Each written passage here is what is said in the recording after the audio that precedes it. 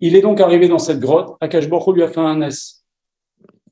Il lui a fait pousser un caroubier, c'est un fruit qui normalement pousse tous les 70 ans, et une source d'eau.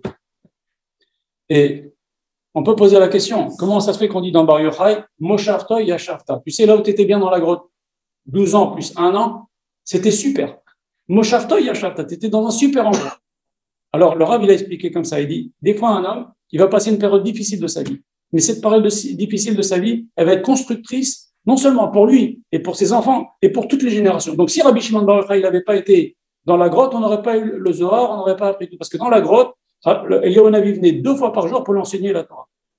Et donc, d'ailleurs, quand il est sorti de la grotte, Rabbi Shimon Bar Yochai, il est parti chez son beau-père Rabbi Pinchas Ben Yair, il a vu la peau de Rabbi Shimon Bar Yochai. Alors, je vous explique. Rabbi Shimon Bar Yochai, pour ses habits, ne s'abîme pas.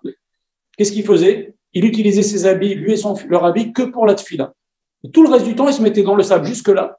Et donc, il était tout son corps dans le sable, toute la journée. Il ne sortait que 3 fois par jour pour les 3 tefilotes, pour que les habits ne s'abîment pas. Il savait que ça allait durer longtemps. Et donc, vous imaginez quelqu'un qui est pendant 13 ans découvert dans du sable comme ça, lui et son fils, il était dans un état catastrophique. Il avait des boutons, il avait des fissures sur la peau abîmée, grave. Et quand il est parti chez son père, Rabbi Pinchas Ben Yair, son beau-père a pleuré, il a versé des larmes de le voir comme ça. Il l'a amené à Tibériade, aux eaux de Tibériade pour lui faire aller un petit peu mieux. Et il a vu dans quel état il était, il s'est mis à pleurer, et vous savez, les larmes sont salées. C'est venu sur sa peau, Rabbi Shimon Bar Yochai, il a crié. Il dit, ah, tu me fais mal. Alors, Rabbi Pinchas, il dit, pourquoi tu pleures? Rabbi Pinchas Ben Yair, il lui dit, ça me fait de la peine de me voir comme ça, de te voir comme ça. Rabbi Shimon Bar Yochai, il lui a dit, heureusement que tu me vois comme ça, parce que si tu ne m'avais pas vu comme ça, il n'y aurait pas eu ce que je suis devenu. Et la Gemara, elle explique pourquoi.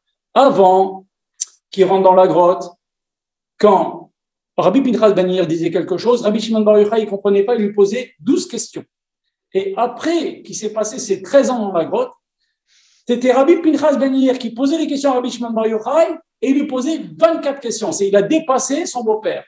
Donc, il a dit, heureusement que tu m'as vu comme ça. Le Rav, il a posé une question hier soir. Le Rav, il a parlé de ça. Il a dit, maintenant, Rabbi Pinchas Ben Yair, pourquoi, tu sais très bien que les larmes, c'est salé. Pourquoi tu pleures sur lui? Tu veux lui faire mal? Le Rav, il a dit, il a voulu voir s'il ressentait ou pas. Est-ce qu'il sent encore ou il est devenu complètement immatériel? Et c'est encore plus grand de ressentir.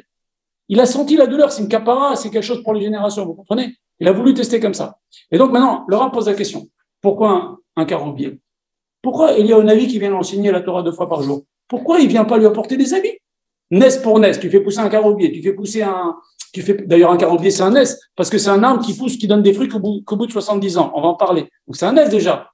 En plus de ça, Midrash Talpiot, il dit que le caroubier, il se transformait en figuier le Shabbat, il leur donnait des figues, les rois de Shabbat. Et il y avait une source d'eau. Si tu fais ça, tu fais des nissim, donne-leur des habits. Pourquoi ils sont obligés de se mettre comme ça, sous la terre? Alors on va répondre à ces questions que Laura pose.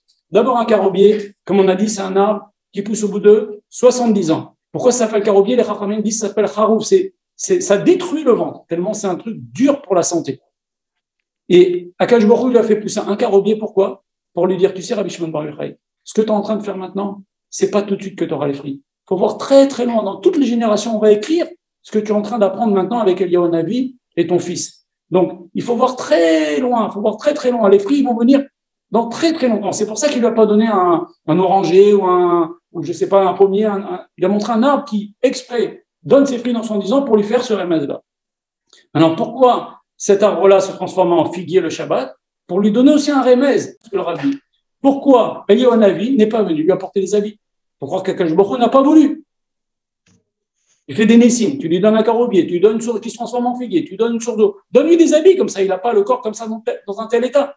Écoutez, la réponse du Rav, elle est absolument géniale. Le Rav a dit que les secrets de la Torah, c'est des choses qu'on ne peut pas écrire, comprendre si on est dans la matérialité. Il faut, comme on a dit tout à l'heure, c'est la Torah de l'au-delà. C'est comment les choses se passent au ciel, comment Akash Baruch Hu pense sur telle et telle chose, etc., les anges, etc. Donc, c'est quelque chose qui est très sain. Et en vérité, c'est des choses que le commun des mortels n'a qu'après la mort.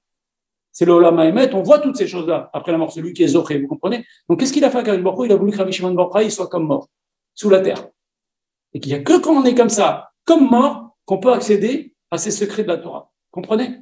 Comme quelqu'un de mort qui a accès à tout ce qui se passe dans le ciel. Il était déjà dans le Olam Haemet sur terre. C'est pour ça qu'il a voulu, Akash Baruch Hu, il a laissé se faire enterrer comme ça, pour arriver à ce niveau-là. Comme quelqu'un de mort, il est complètement détaché de la matérialité, il peut accéder à tous ces secrets-là qu'Eliyahu venait de lui apprendre. Et donc, comme ça, pendant 12 ans. D'ailleurs, le Ben Ishraï, il pose une question, il dit que Rabbi Shimon bar Yochai a dit, moi, toute ma vie, j'ai fait les 3 seudot de Shabbat. Alors, le Ben Ishraï, dans le livre qui s'appelle Torah Lishma, il dit, mais c'est quand même bizarre. T'as fait Kiddush, t'avais pas de vin. T'as fait Moti, t'avais pas de blé. Comment t'as fait Shabbat, les respects? Non, il a dit Rabbi Shimon bar Yochai, excuse-moi, j'ai fait toutes les seudot de Shabbat. Comment t'as fait les seudot de Shabbat? T'avais rien.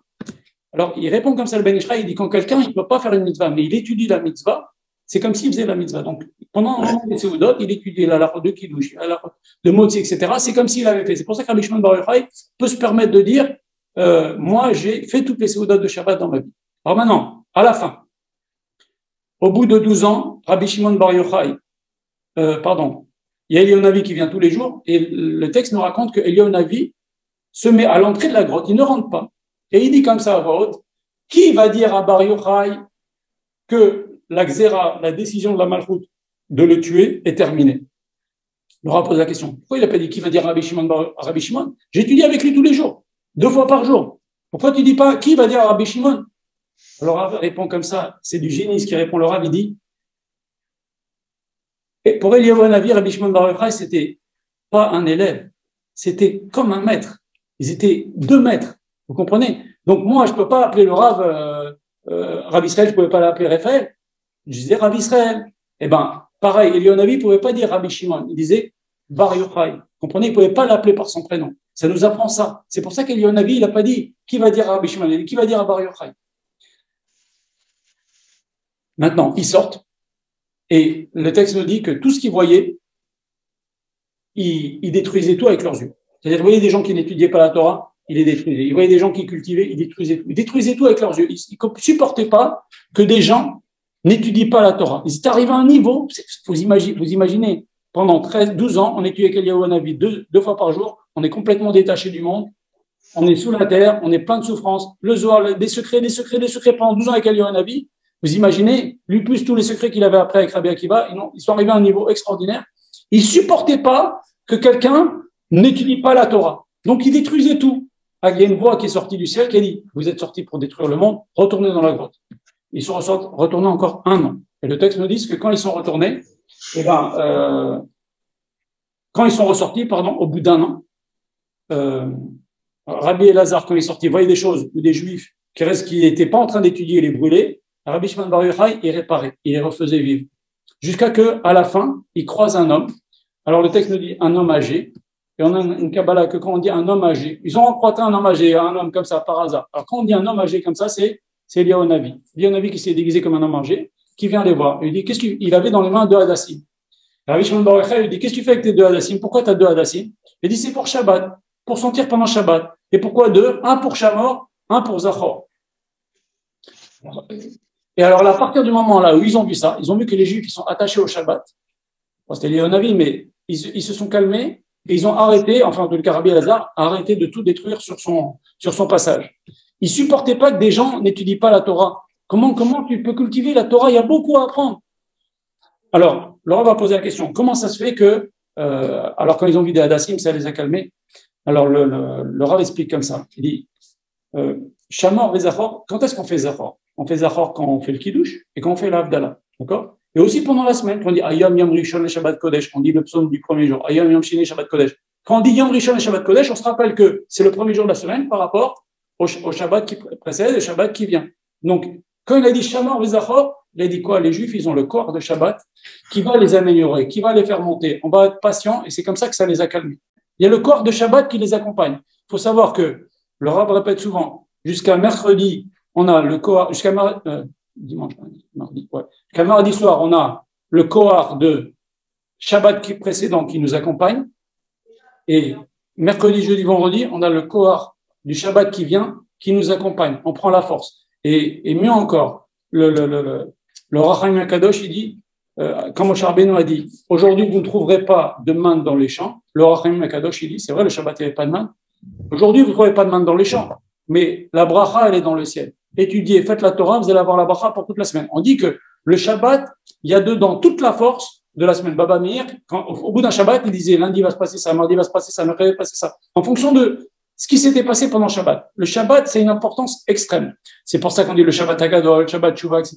Voilà. D'ailleurs, le Rav aussi, il a dit, comment ça se fait que, au moment de la traversée de la mer, je joue une petite parenthèse, à Kadosh Baruch, ils sont devant la mer, les Juifs sont en panique, Paro va les tuer, la mer, elle est comme ça, elle s'ouvre pas. Les Bnei Israël, ils commencent à prier, à Kadosh Baruch, il dit à Moshe Rabbeinu, ne prie pas. C'est tout le contraire de ce qu'on a appris jusqu'à maintenant. Jusqu'à maintenant, on a appris que tout se construit avec la tfila, les choses qui viennent pas avec la tfila ne tiennent pas. Et là, maintenant, Kadosh Baruch il dit à Moshe Rabbeinu, ne prie pas, c'est tout le contraire. Alors, en vérité, le Rabbi dit, entre-temps, il s'était passé Shabbat. Et le Kohar de Shabbat, entre le moment où les Juifs sont partis et le moment où c'est arrivé 7 jours après devant la mer, il y a eu un Shabbat au milieu. Et le Kohar, peut-être même, il y a eu un Shabbat au milieu, et c'est ce Kohar de Shabbat, par ce Kohar de Shabbat, que les Juifs ils vont traverser la mer. Donc Hachem il a dit à Moshe, pas la peine de prier. On dit que le nécessaire, avancez et c'est bon. Comprenez donc, quand ils ont vu que les Juifs ils avaient le Kohar de Shabbat, même pendant la semaine, alors ils se sont calmés.